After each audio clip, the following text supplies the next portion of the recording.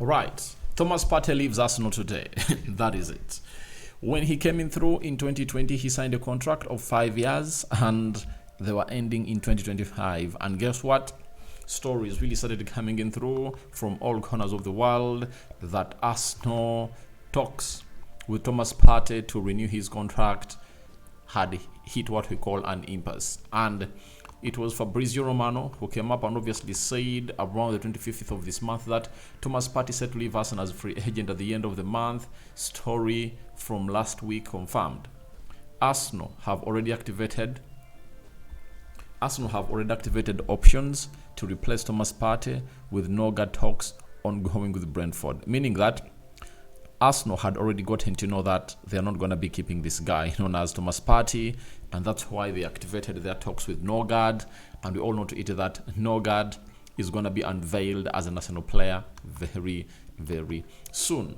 Thomas Partey to leave Arsenal when contract ends tomorrow. This story was put out yesterday by David Austin. Decision final ends tomorrow. This final decision after agreement could not be found on new deal for 32-year-old midfielder. Arsenal confirmation expected in coming days, plus Ghana International to take time before choosing next move. So, they failed to reach an agreement. And what really led to this agreement to fail? One, the amount of money that Partey wanted.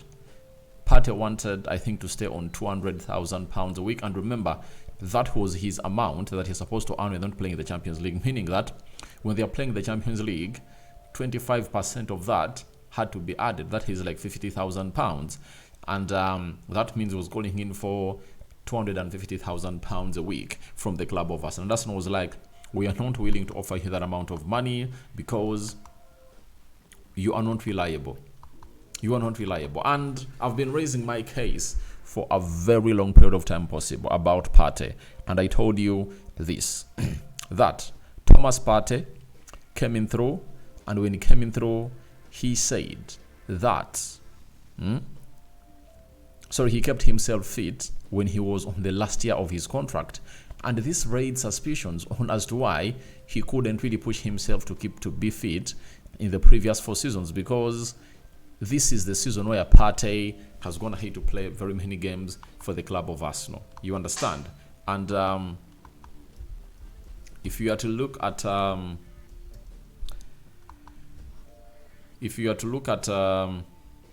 Partey this season, he has gone ahead to play very many games, and he has been out on limited occasions when he was really injured, and he never really stayed for long. Now, even if you are a team that wants to sign Thomas Partey, you have to really assess this and ask yourself, why is it that when he was in his mid-20s, he couldn't really recover on time? But when he's in his early 30s, he has forced himself to play throughout the season. That means it's a signal sending that the guy only wanted to really send a message to Arsenal that I'm fit now. You can really you can really renew my contract. All else, to a team that wants to sell to get him, that he's really fit and he's no longer an injury-prone player. But a sunshine in the winter doesn't make a summer. You know that very well. You get? And him being fit for 1 season doesn't really tick all the boxes that he should really be considered a fully fit player that is no longer injury-prone. He's an injury-prone player. We cannot really argue about that. And I've gone ahead to see people talking about Arsenal, how they should keep Thomas Partey.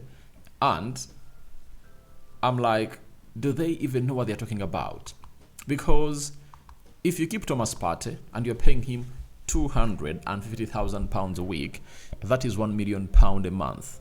That is like £12 million a year.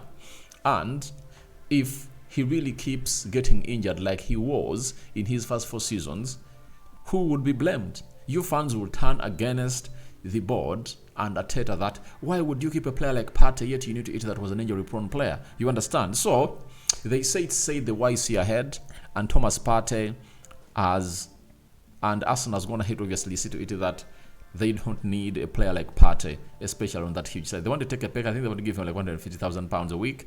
And he was like, no, we can't really operate on such terms. Now, Zubimendi and Nogard are in. And I tell you what, Arsenal found it easy to let this guy go because they knew to it that they never at any one point needed a player like Partey to start.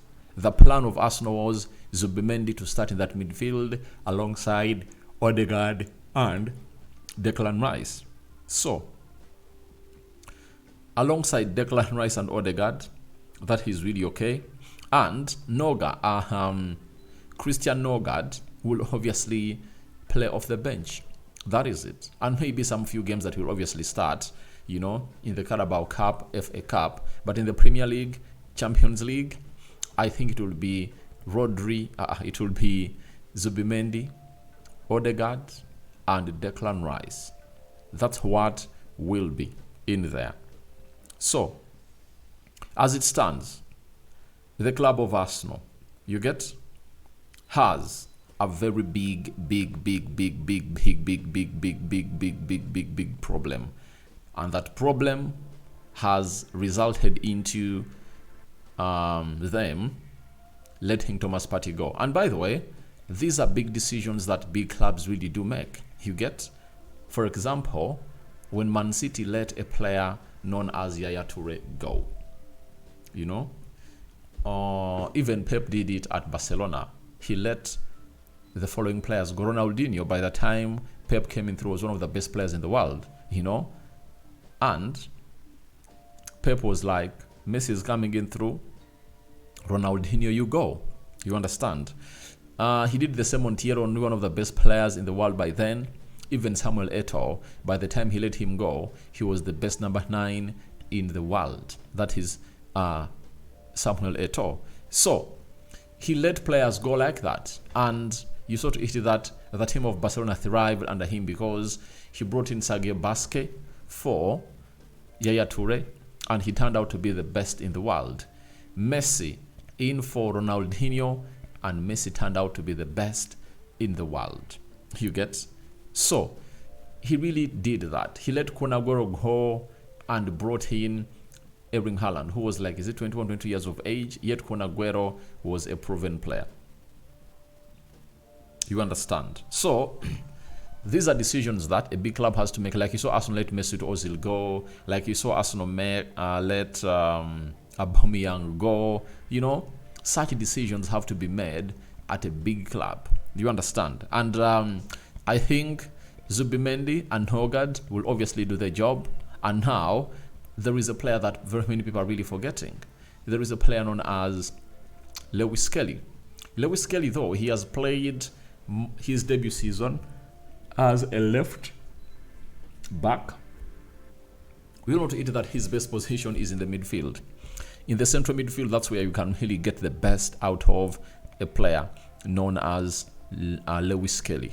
So he should be one of those that can obviously be added to that midfield to see to it that it always thrives. There is Merino in there.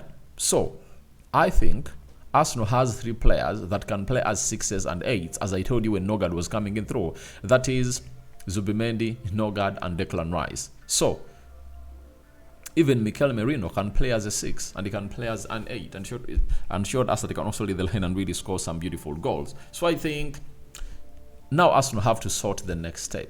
They've brought in Zubimendi, they've brought in Kepa Arrizabalaga, they've brought in Nogard, and now they should really get in a striker next.